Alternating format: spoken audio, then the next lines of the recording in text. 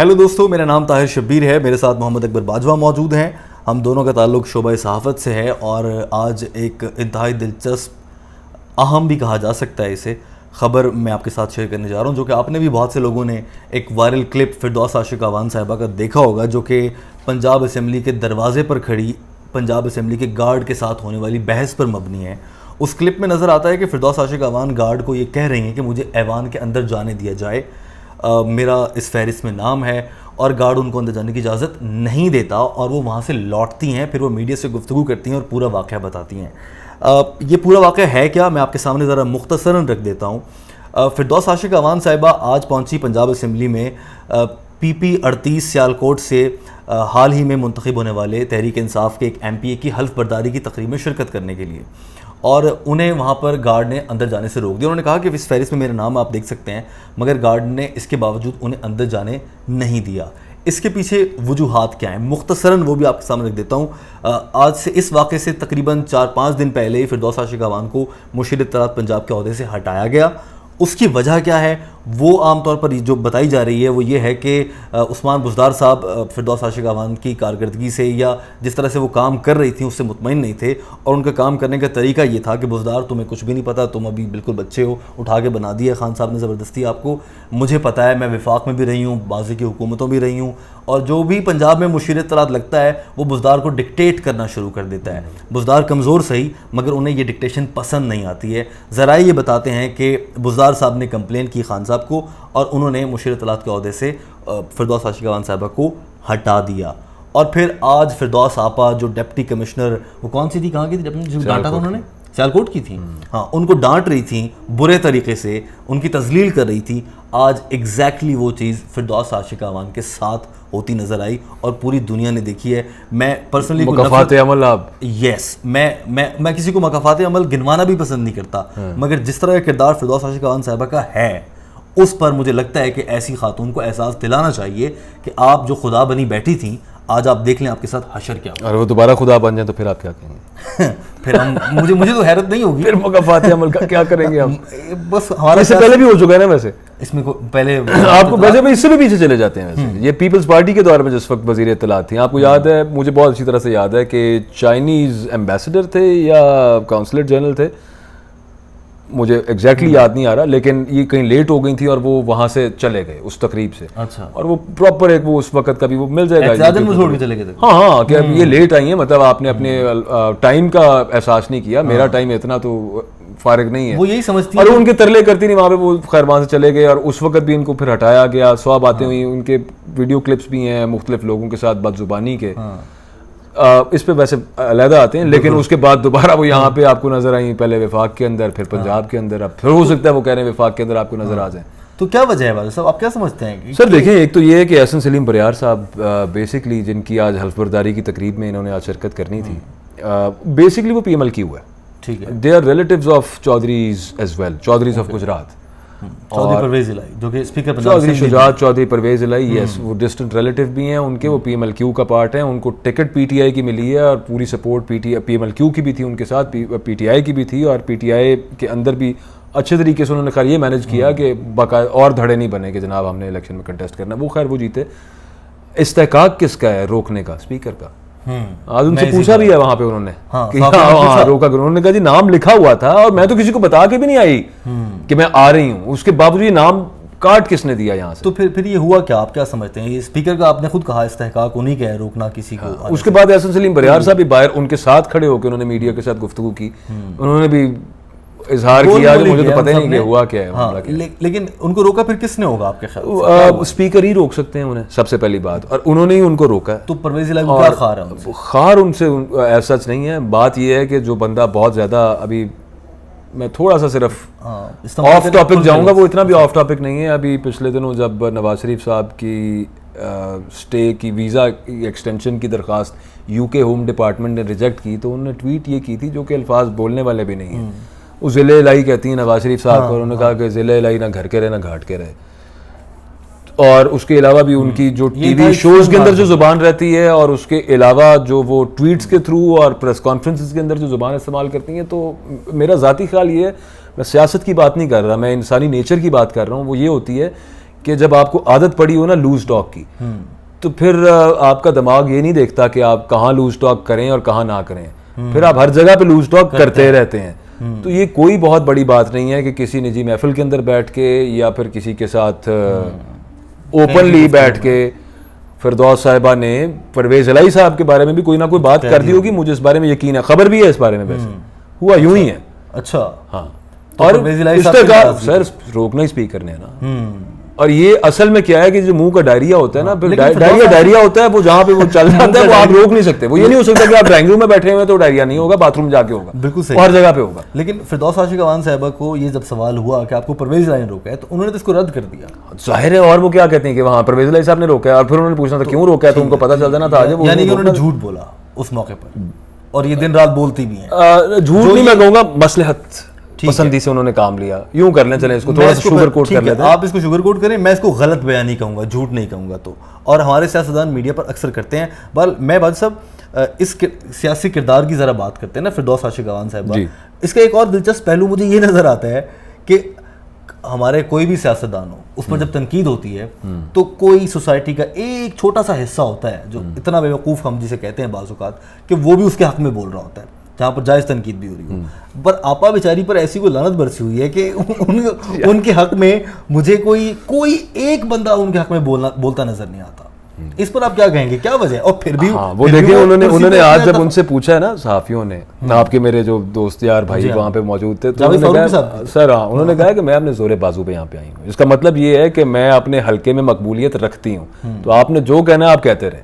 مجھے ووٹ دینے والے وہاں پہ بیٹھے ہوئے ہیں, مجھے یہاں پہ لانے والے یہاں پہ بیٹھے ہوئے ہیں, تو اس سے کوئی فرق نہیں پڑتا. میرا ذاتی طور پہ ایک سوال ہے اس ساری بات سے لے کے. ایک تو میں یہ بات کر رہا تھا کہ وہ لوگ کے مثالیں بڑی عجیب, جن کے منہ کے ساتھ وہ کہتے ہیں فلاں چیز بندھی ہوئی ہے اور اس وجہ سے ان کا منہ اتنا کھلا ہوا ہے, یا پھر وہ اس طرح کی جو بھی ان کے جو منہ میں آ رہا ہے وہ بولے جا رہے ہیں. کیا پارٹیز کو ایسے ترجمان لانے چاہیے؟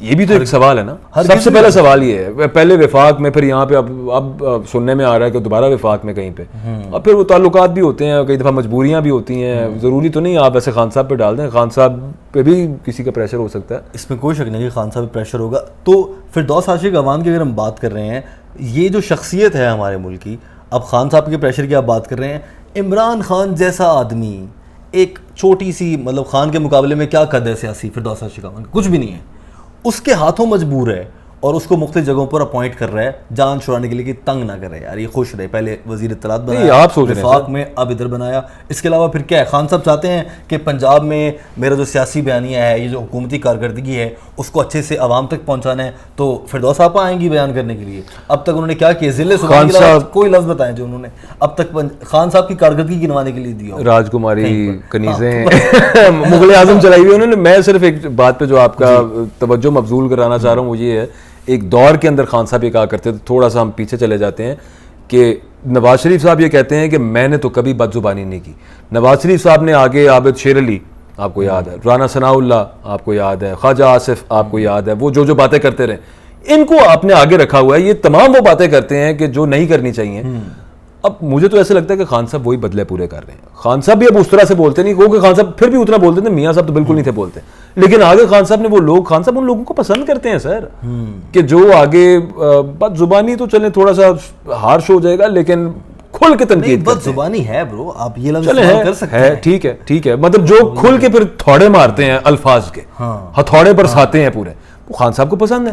وہ پہلے خان صاحب نے وفاق میں رکھا ہوا تھا, وہاں سے کوئی اور معاملہ ہوا. اچھا آپ ویسے ایک اور بات ذہن میں رکھیں, بد زبانی کی وجہ سے یا پھر ہارش ورڈنگ کی وجہ سے خان صاحب نے وفاق سے نہیں تھا ہٹایا ان کو. کرپشن کے الزامات تھے سر, وہ اس سے بڑا معاملہ ہے, وہاں سے نکال کے. لیکن خان صاحب کو زیادہ پسند کیا ہے کہ مجھے ووکلی وربلی زیادہ بہتر, ان کے خیال میں بہتر ڈیفینڈ کون کر رہا ہے, تو جو جس طرح سے وہ کر رہی ہے وہ ان کو بہتر لگتا ہے, اس لیے خان صاحب نے ان کو پنجاب میں لگایا تھا. ایبسولوٹلی, لیکن اس میں دوسری کوئی رائے نہیں. لیکن جو مجھ تک خبر پہنچی ہے, اور اگلی خبر ویسے اگلا کون آ رہا ہے دوبارہ فیاض الحسن چوہان صاحب. ہاں, تو وہ کیوں آ رہے ہیں, وہ اترے کیوں تھے, اترے مجھے وہ ہندوؤں کے خلاف, انہوں نے ہماری ایک مائنورٹی کے خلاف جو کہ انتہائی قابل عزت ہیں ہمارے لیے, وہ ہندو ہمارے بھائی ہیں, پاکستانی ہیں, سیم ان کے بھی وہی رائٹس ہیں جو ہمارے رائٹس ہیں. ان کے بارے میں جو انہوں نے اسٹیٹمنٹس دی تھیں, ان کی دل آزاری کی تھی, اس پہ آپ نے ہٹا دیا, ان ہٹا کے جیل خانہ جات میں لگا دیا. آپ سنا کہ دوبارہ وہ بولنے کے لیے آئے, وہاں پہ بھی چپ نہیں کرتے. ہاں وہ ان کو تو ٹھیک ہے, ان کے اسٹائل ہی ہے. پر میں یہ عرض کر رہا ہوں کہ خان صاحب اینٹی کرپشن جو پاکستان میں سیاست ہے اس کا بیج بونے والے ہیں, کرپشن لفظ بتانے والے کہ یہ بری چیز ہے, اس کو روکو. ان کی وزیر اطلاعات وفاق میں کرپشن کرتی ہے, خان صاحب اس کو ہٹاتے ہیں, نیب کا کوئی کیس نہیں بن سکتا فردوس عاشق اعوان پر, نہ ان کو پیشیاں ہوتی ہیں جس طرح باقی لوگوں کی ہوتی ہیں, اور پھر ہمیشہ کے لیے یہ کم سے کم ان 5 سالوں کے لیے انہیں اقتدار سے بھی دور نہیں کیا جا سکتا, وہ دوبارہ سے کہیں اور پر آ جاتی ہیں. ایسی کون سی گدڑ سنگھی ہے فردوس عاشق اعوان کے پاس آپ کے خیال سے, جس کی وجہ سے زبان کی وجہ سے الفاظ, زبان, یہ الفاظ کے ہتھوڑے, یہ عمران خان کے نزدیک ٹھیک ہے, عمران خان کے نزدیک کوئی کرپٹ آدمی ہو مگر وہ سیاسی جملے بازی اچھی کرتا ہو تو وہ قابل قبول ہے اطلاعات و نشریات میں. اور وہاں پہ جو ہم بات کر رہے ہیں الزام ہے نا کرپشن کا, وہ تو جب ثابت ہوگا تب ہوگا, تحقیقات ہوں گی تو تحقیقات تب ہوں گی. ایبسلیوٹلی. میں ویسے آپ کو ایک آف دا ریکارڈ ایک نیب کے سینئر آفیسر, میں آپ کو بعد میں بتاتا ہوں, انہوں نے میرے سے ایک دفعہ یہ بات کی. انہوں نے میں ان سے پوچھا, میں کہ یار آپ مطلب یہ معاملہ کیا چل رہا ہے؟ انہوں نے کہا ہم سب کے خلاف. میں کہ یار فلاں فلاں فلاں گورنمنٹ کے اندر یہ الزام آئے, عامر کیانی صاحب لے لیں. آج مریم اورنگزیب صاحبہ نے بات کی ہے, دوائیاں جو بڑی ہیں, انہوں نے کہا کہ آپ نے وزیر کو آپ نے NRO دے دیا, درست ہو گیا. فردوس عاشق کی آپ بات کر لیں, ان کے ہو گیا. خسرو بختیار کی بات کر لیں, and the list goes on. ہاں بالکل.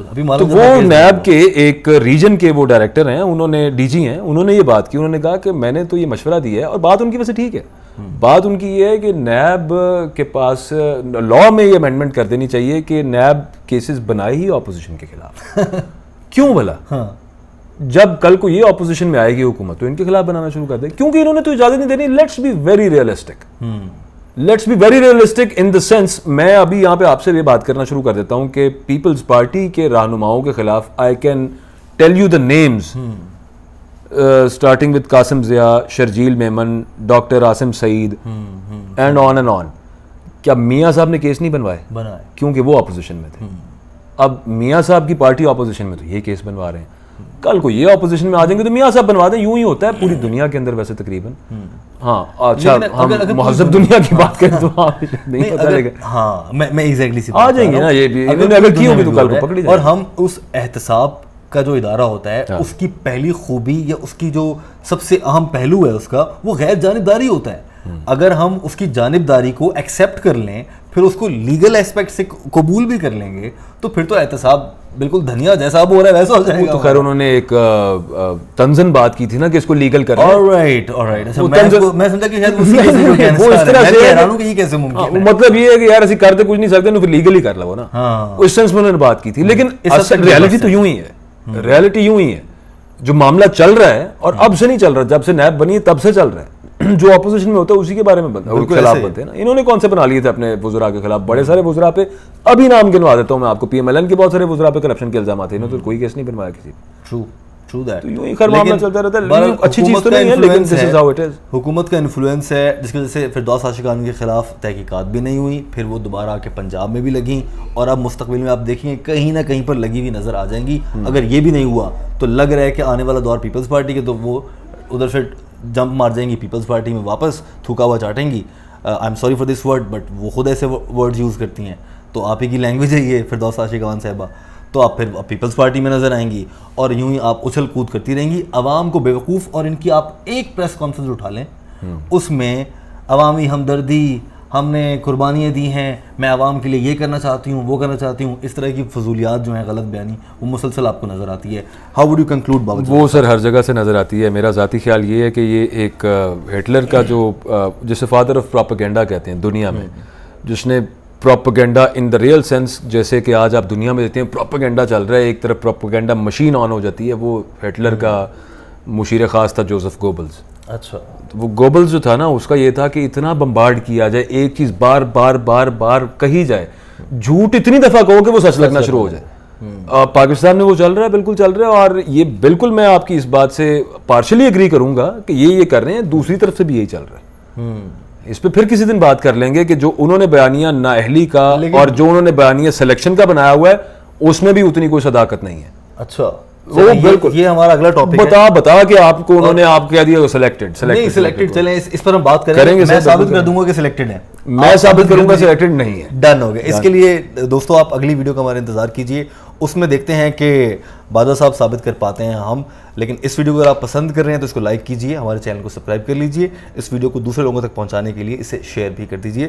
ویڈیو دیکھنے کا بہت شکریہ. اللہ حافظ.